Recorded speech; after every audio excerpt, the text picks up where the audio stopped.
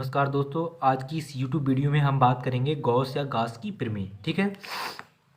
इस नियम के अनुसार इसमें क्या होता है, इस नियम के अनुसार निर्वात अथवा वायु में, निर्वात मान लो वायु में कोई पृष्ठ है रखा हुआ, ठीक है, किसी बंद पृष्ठ से गुजरने वाला, कोई बंद पृष्ठ है निर्वात या वायु में रखा हुआ है, किसी बंद पृष्ठ, कोई बंद पृष्ठ है निर्वात या वायु में, इससे किसी बंद पृष्ठ से गुजरने वाला वैद्युत फ्लक्स फाई, इससे जो वैद्युत फ्लक्स होगा फाई गुजरने वाला होगा, पृष्ठ के भीतर उपस्थित कुल आवेश का, मान लिया इसके भीतर कोई आवेश है प्लस क्यू, कुल आवेश का 1/μ0 गुना होता है। यानी जो वैद्युत फ्लक्स होता है वो किसी पृष्ठ से, निर्वात में स्थित किसी पृष्ठ से गुजरने वाले वैद्युत फ्लक्स जो होता है वो पृष्ठ के भीतर आवेश तथा आवेश का क्या होता है 1/ε0 गुना होता है। तो उसका कर दिया क्यू का, क्या कर दिया हमने 1/ε0 गुना, सही है। तो क्यू बटे हो जाएगा ε0, ठीक है। तो फाई का मान कितना आएगा, कॉस की में क्या है, फाई बराबर होगा क्यू बटे ε0 के बराबर, ठीक है।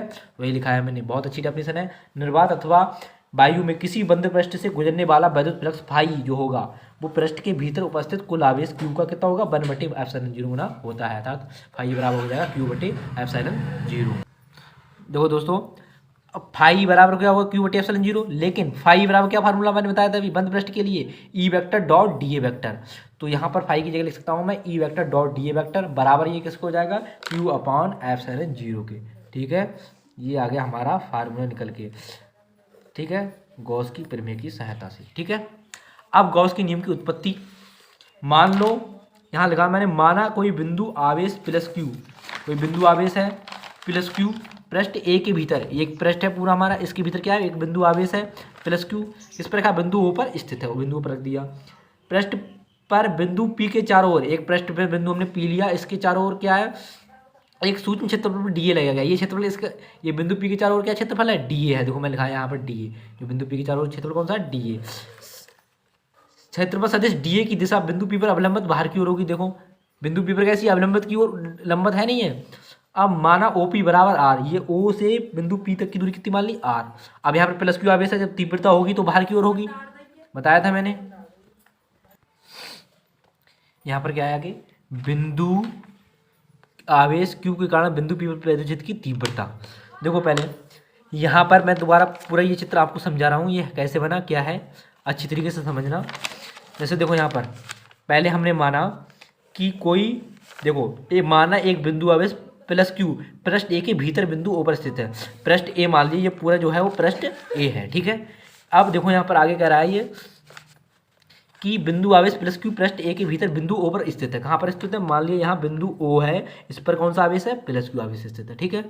अब बिंदु पृष्ठ पर बिंदु पी के चारों ओर एक हमने यहाँ पर एक क्षेत्रफल ले लिया लघु, यहाँ पर ये एक पी है, यहाँ पर बिंदु, इसके चारों ओर क्षेत्रफल क्या है हमारा, ये क्षेत्रफल ये वाला पूरा क्षेत्रफल डीए है, तो मैंने वही लिखा है डीए, यहाँ पर देखो डीए लिखा हुआ है लिखा हुआ डीए है।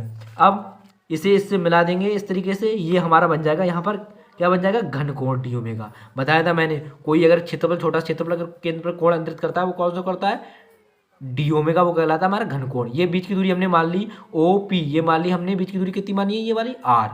हम प्लस, जब हम किसी बिंदु पर बिंदु P पर वैद्युत क्षेत्र की तीव्रता निकाले आवेश के कारण, तो तीव्रता डायरेक्शन के साइड में होगी, इस साइड में होगी नहीं होगी, धन परिचरण आवेश मान लेते हैं, तो ये यहाँ पर धन परिचरण आवेश मानेंगे, प्लस और प्लस तो प्रतिकर्षण का फोर्स लगेगा, तो इस डायरेक्शन में होगी वैद्युत क्षेत्र की तीव्रता, ठीक है। तो यहाँ पर प्लस क्यू और बिंदु P पर तीव्रता किस साइड डायरेक्शन में होगी, इस साइड में, और यहाँ पर हम क्षेत्रफल सदिश खींचें तो डीए वेक्टर इस तरीके से खींच जाएगा, जहाँ पर इन दोनों के बीच में कौन सा कोण बनेगा थीटा, तो वही लिखा है मैंने थीटा, ठीक है।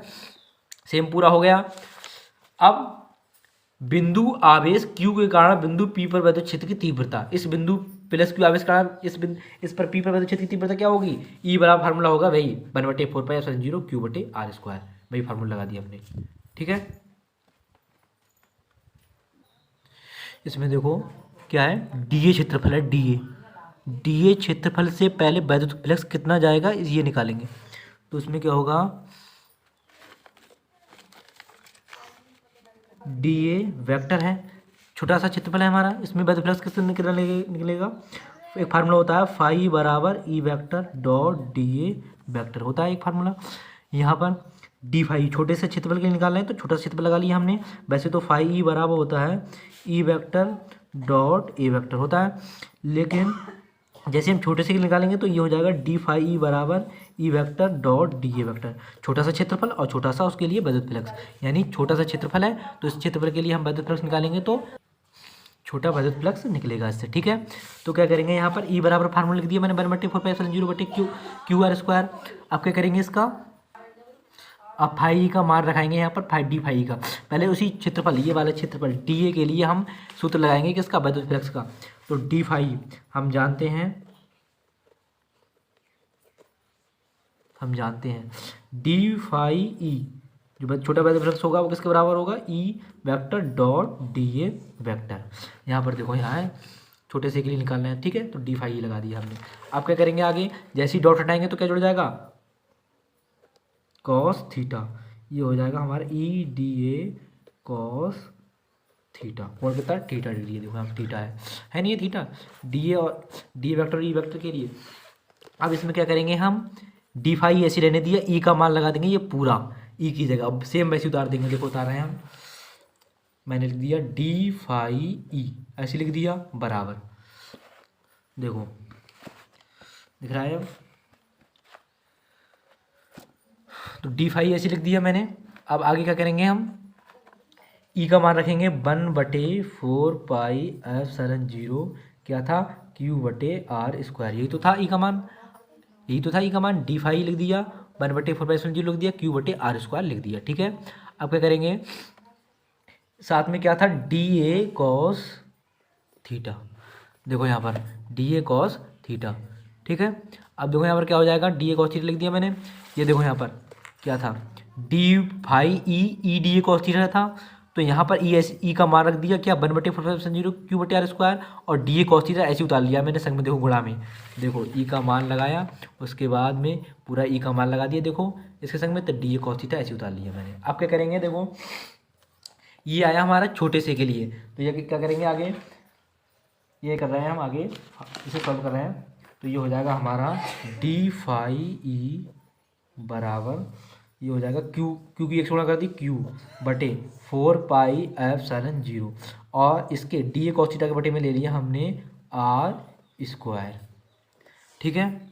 अब मैंने बताया था ये वाला मान किसके बराबर होगा, डी ओमेगा के, मैंने ये फार्मूला लिखवाया था आपको, देखो इस तरीके ये है,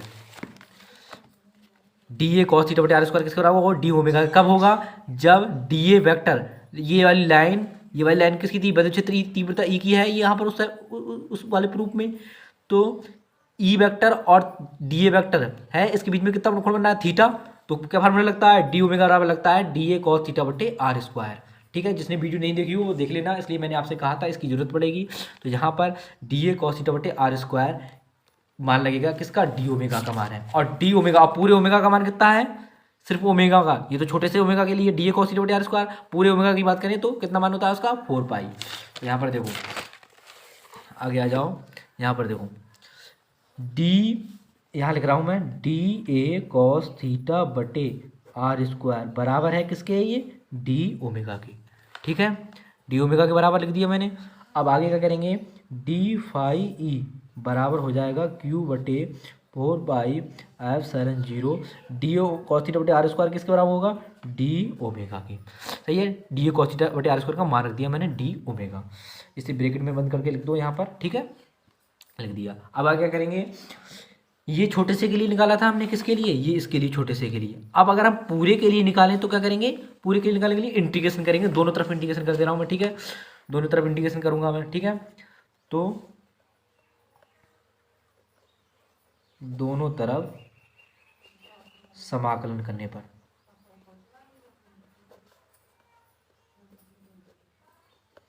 समाकलन करूंगा तो ये हो जाएगा डी फाई, यहाँ पर इंटीग्रेशन ही जाएगा Q/4πε0 डी ओमेगा हो जाएगा। इसका इंटीग्रेशन होगा पूरे के लिए, मतलब छोटा सा फाई था हमारा, तो ये डी हट जाएगा इंटीग्रेशन की वजह से, पूरा फाई बन जाएगा यहाँ पर पूरे के लिए। पूरा वैद्युत फ्लक्स कितना, फाई, और छोटा वैद्युत फ्लक्स कितना था हमारा, डी फाई, तो ये हो जाएगा हमारा फाई हो जाएगा, पूरा वैद्युत फ्लक्स क्या आ जाएगा हमारा, फाई, ठीक है। अब बराबर इसका तो इंटीग्रेशन होगा नहीं, ये कांस्टेंट पता है सब, जिसके साथ में डी होती है उसी का ही इंटीग्रेशन करते हैं हम, तो ओमेगा का डी ओमेगा का इंटीग्रेशन करेंगे, बाकी सब बाहर निकल जाएगा, Q/4πε0 और अंदर आ जाएगा इसके डी ओमेगा।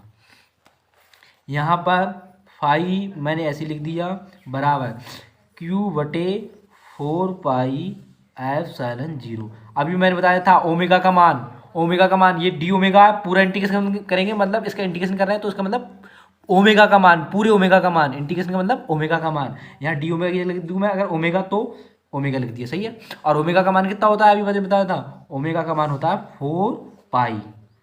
अभी लिखवाया, अभी मैंने उसी ग्रुप में बताया था, देखो यहाँ पर ये वाले ग्रुप में देखो ओमेगा का मान कितना है 4 पाई स्टेरेडियन है। तो यहाँ पर ओमेगा का मान रख दूंगा मैं, ठीक है। सीधे डी ओमेगा, ये इंटीग्रेशन किया ओमेगा, यहाँ पर डी ओमेगा पूरा ओमेगा बन जाएगा। यहाँ पर ओमेगा का मान रख देंगे 4 पाई।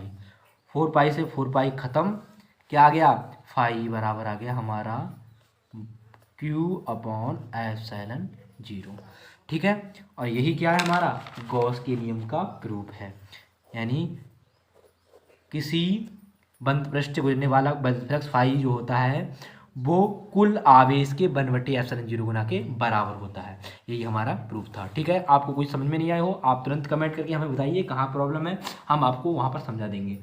आपको जो भी न्यूमेरिकल आपसे हल नहीं हो रहा है वो बताइए, हम वो आपको सॉल्व करके अच्छे तरीके से हम आपको दे देंगे। अब यहाँ पर ये मान हो गया हमारा, क्यू का मान निकल के आ गया, ये हमारा हो गया पूरा प्रूफ किसका, गॉस के नियम का। इसलिए वीडियो को लाइक करें, सब्सक्राइब करें चैनल को, और शेयर करना ना भूलें, और अपने दोस्तों को भी बताएं कि, और यहाँ पर जो भी टॉपिक, यहाँ पर जो भी डेफिनेशन होगी वो बहुत ही इजी भाषा में आपको मिलेगी, और इम्पोर्टेंट से इम्पोर्टेंट क्वेश्चन आपको कराए जाएंगे, ठीक है।